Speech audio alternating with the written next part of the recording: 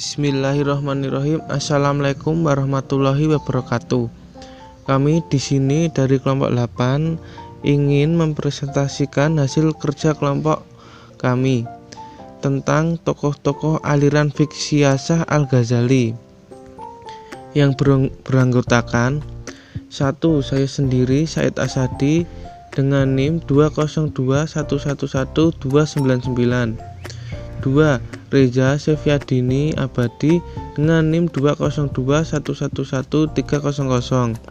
Yang ketiga, alias Sabna Meika Putri Mahmudi dengan NIM 202111301. Biografi Al-Ghazali. Al-Ghazali merupakan salah satu tokoh pemikir aliran siyasah yang lahir pada tahun 450 Hijriah atau 1050 Masehi dan wafat pada 1111 Masehi atau 465 Hijriah. Nama lengkapnya adalah Abu Hamid Muhammad bin Ahmad Al-Ghazali. Nama Al-Ghazali merupakan julukan yang diambil dari nama kota Ghazaleh yang berada di dekat kota Tus wilayah Khurasan yang juga merupakan kota kelahiran serta meninggalnya. Ayah Al-Ghazali merupakan seorang muslim yang soleh walaupun mata pencahariannya adalah penenun wol. Ayah Al-Ghazali merupakan orang yang suka berpergian dengan majelis ilmu para ulama. Beliau juga merupakan seorang pecinta ilmu yang senantiasa berdoa supaya putranya menjadi seorang ulama yang pandai dan memberi nasihat. Ayah Al-Ghazali meninggal ketika Al-Ghazali dan saudaranya masih kecil. Setelah ayahnya meninggal, Al-Ghazali dan adiknya dititipkan pada teman ayahnya yang merupakan seorang sufi yang hidup sederhana. Al-Ghazali mempunyai banyak karya, di antaranya adalah Ihya Ulumuddin, Al-Tibir, Al-Masbuk fi Nasihat Al-Muluk, Ihya Ulumuddin, dan Fadaih Batiniyah. Selanjutnya yaitu latar belakang sosial politik Al-Ghazali. Al-Ghazali sebagai salah satu tokoh dalam aliran Syiah dapat dikatakan sebagai yang paling populer dan berpengaruh.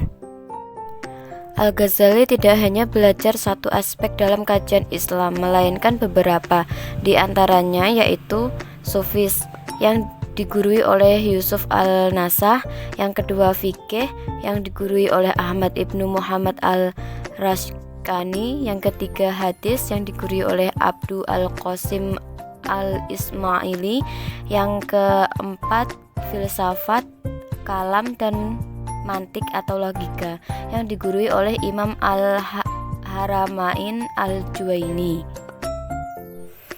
Dalam perjalanan intelektualnya, perjalanan Al-Ghazali sangat berliku, bahkan dia pernah mengalami krisis dalam hidupnya setelah ayahnya wafat dan ia dititipkan pada teman ayahnya. Al-Ghazali dan saudaranya dengan harta yang ditinggalkan oleh orang tuanya memasuki madrasah ibtidaiyah dengan seorang guru utama yang bernama Yusuf al-Nasah yang meletakkan dasar-dasar pemikiran sufis pada diri Al-Ghazali. Setelah menyelesaikan studi madrasah ibtidaiyahnya, ia melanjutkan studinya di bidang fikih.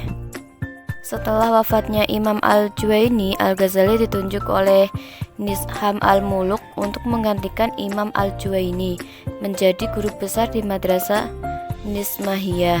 Disinilah Al-Ghazali mengalami masa krisis dalam perjalanannya.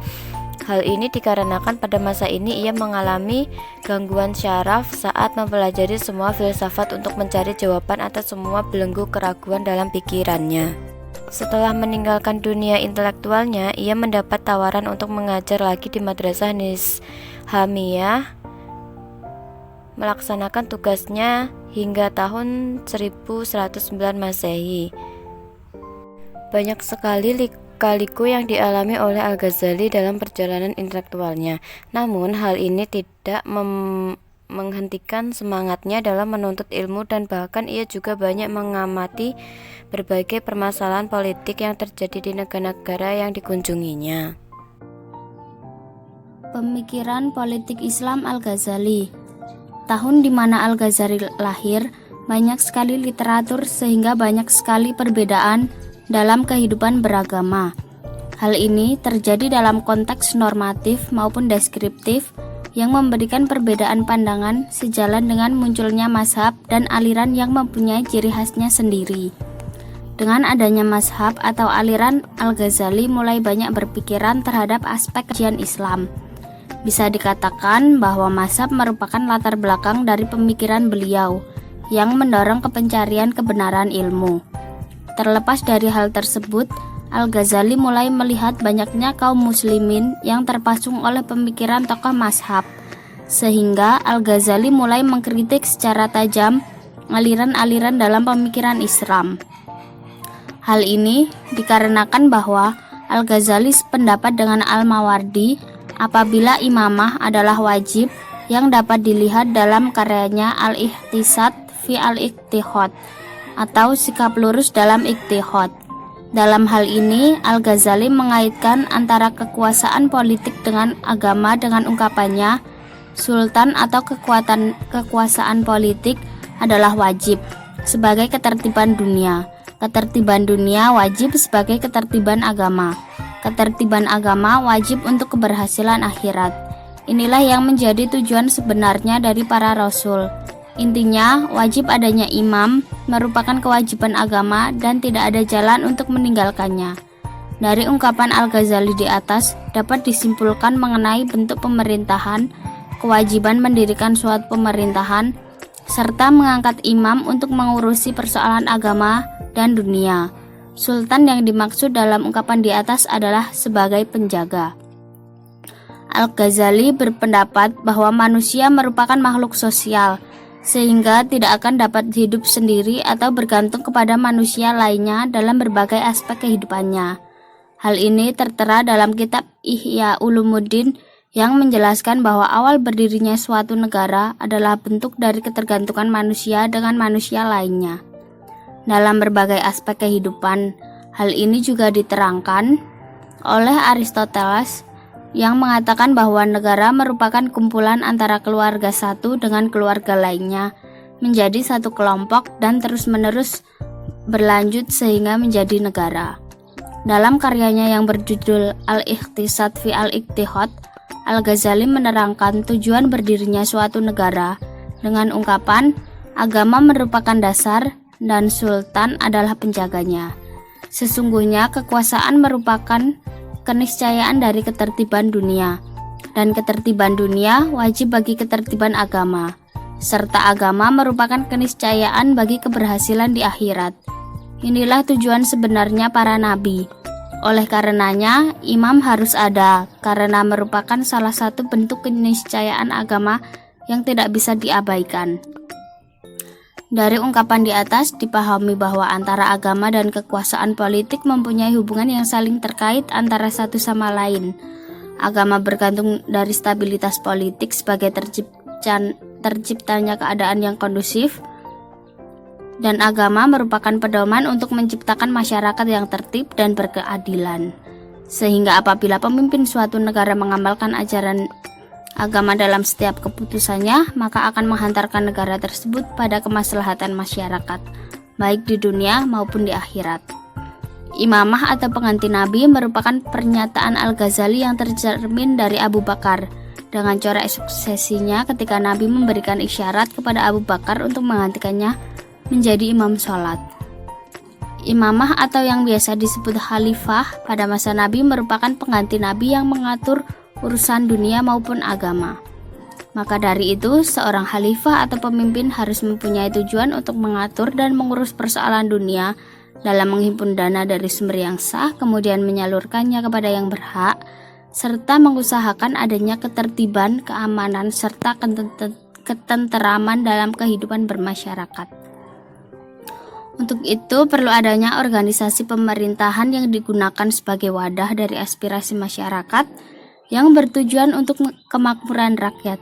ketertiban umum, serta rasa tentram pada diri masyarakat, sehingga tidak ada rasa ketidakpuasan dalam hati masyarakat yang menyebabkan terjadinya pemberontakan, yang menyebabkan rasa keamanan hilang. Tujuan dalam pemerintahan, menurut Al-Ghazali, sifatnya tidak terbatas atau tidak membeda-bedakan antara yang satu dengan yang lain, karena semuanya harus mendapatkan hak yang sesuai. Pernyataan di atas adalah bentuk kepercayaan Al-Ghazali terhadap pernyataan dalam sebuah hadis yang berbunyi, sesungguhnya seorang sultan merupakan bayangan Allah di muka bumi, serta 60 tahun di bawah pemerintahan penguasa yang zalim lebih baik dari semalaman tanpa penguasa. Dalam pemerintahan negara, Al-Ghazali memberikan beberapa nasihat yang bertujuan agar pemimpin berlaku adil. Al-Ghazali juga menerangkan kepada masyarakat mengenai kepatuhannya kepada kepala negara yang ditulis dalam bukunya Al-Tibr Al-Masbuk dengan ungkapan, untuk itu mesti diketahui bahwa orang yang diberi pangkat oleh Allah sebagai penguasa dan dijadikan pengayom Tuhan di muka bumi wajib dicintai dan dipatuhi oleh semua orang. Mereka tidak dibenarkan untuk durhaka dan menentang. Hal ini sesuai dengan firman Allah, hai orang-orang yang beriman, taatilah Allah dan taatilah Rasul dan ulil amri di antara kamu. Dari pemikiran Al-Ghazali dapat disimpulkan bahwa terdapat doktrin yang begitu kuat dalam pemikirannya, yaitu doktrin Sunni. Karena Al-Ghazali memihak kepada kekuasaan dan tidak berani mengambil posisi yang berseberangan dari kekuasaan. Sekian presentasi dari kelompok kami. Apabila terdapat kesalahan dalam penyampaian materi, kami mohon maaf. Terima kasih. Wassalamualaikum warahmatullahi wabarakatuh.